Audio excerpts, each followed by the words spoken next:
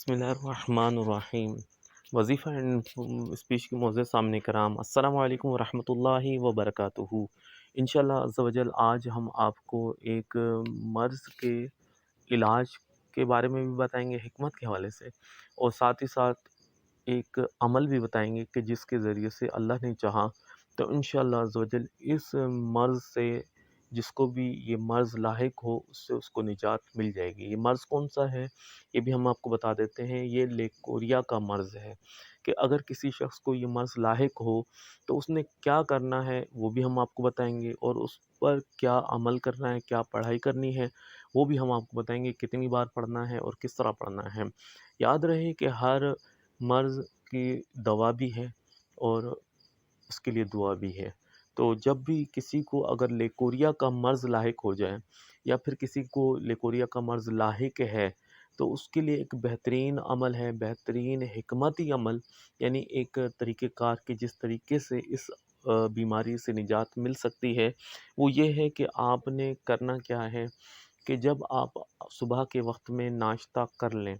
جس کو عام طور پہ بریک فاسٹ بھی کہتے ہیں، جب آپ صبح کا ناشتہ کر لیں، بریک فاسٹ کر لیں، اس کے کچھ دیر کے بعد یعنی آدھے گھنٹہ ٹھہر کر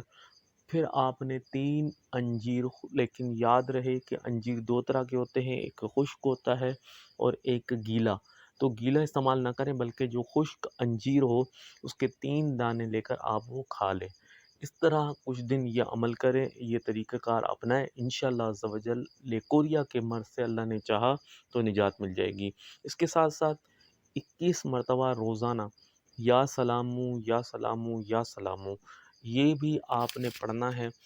21 مرتبہ پڑھ کر اول و آخر 3 بار دروشی پڑھ کر پانی پر دم کریں اور پھر اس پانی کو آپ پی لیں۔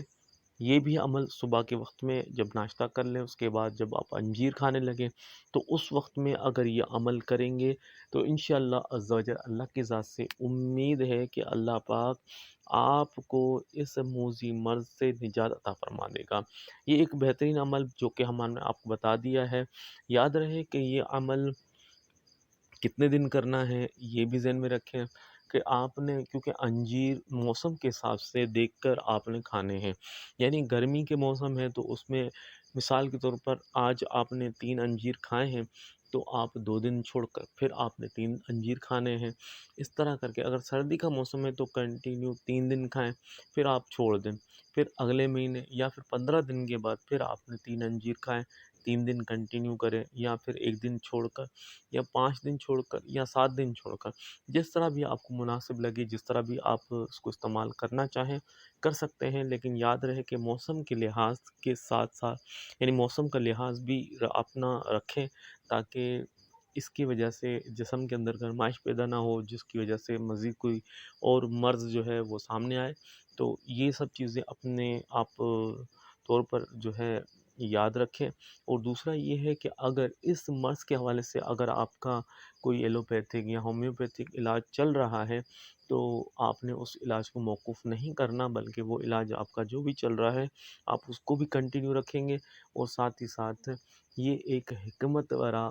عمل جو ہے یہ بھی کریں، اور یا سلاموں کا ورد تو یہ روزانہ کریں، کم از کم 21 دن، یعنی کہ اگر مرض نہیں جا رہا تو آپ نے 21 دن، یعنی اگر فار ایگزامپل 3 دن کیے ہیں اور اگر مرض چلا گیا ہے تو بہت اچھا، پھر 11 دن کریں، اگر پھر بھی مرض نہیں جا رہا تو یا سلام